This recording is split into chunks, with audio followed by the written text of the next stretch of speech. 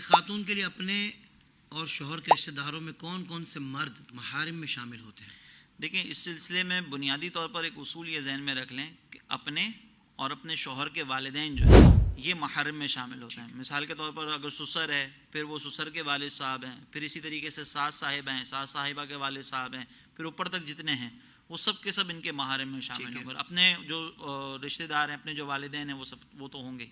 اسی طرح اپنی اور شوہر کی اولاد، اپنی اور شوہر کی اولاد سے مراد یہ ہے کہ مثال کے طور پر ایک عورت ہے جس نے کسی مرد سے نکاح کیا تھا اور وہ مرد جو ہے اس کا پہلے سے کوئی بیٹا موجود تھا، اب یہ جو بیٹا ہے یہ اس عورت کے لیے محرم ہوگا۔ ٹھیک ہے۔ اسی طرح پھر جو ہے وہ اپنی اولاد تو محارم میں شامل ہی ہوتی ہے۔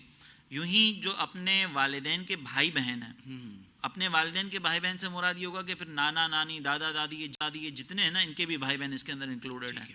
تو اپنے ماموں اور اپنے چاچا وغیرہ یہ سارے مرد جو ہے یہ بھی محارم میں شامل ہوں گے، البتہ ان کی اولادیں محارم میں شامل نہیں ہیں۔ جیسے چچا زاد ہے، ماموں زاد ہے، خالہ زاد ہے، یہ محارم میں شامل نہیں۔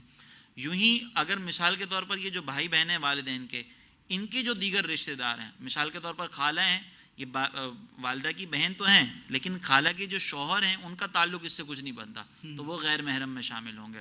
اسی طرح اگر ہم شوہر کی طرف آ جائیں تو شوہر کے رشتہ داروں کے اندر صرف اور صرف شوہر کے جو والدین ہیں وہ شامل ہوں گے اس کے اندر، اور شوہر کی اولاد ہیں، لیکن شوہر کے جو بھائی ہیں، شوہر کے جو چچا ہیں، وہ سب اس کے اندر انکلوڈیڈ نہیں ہوتے۔ تو یہ اگر اصول بنیادی طور پر سامنے رکھ لیں گے تو انشاءاللہ پھر یہ معلوم ہو جائے گا کہ کون کون سے افراد جو ہے وہ محارم میں شامل ہوتے ہیں، کون کون سے محارم میں شامل نہیں ہوتے۔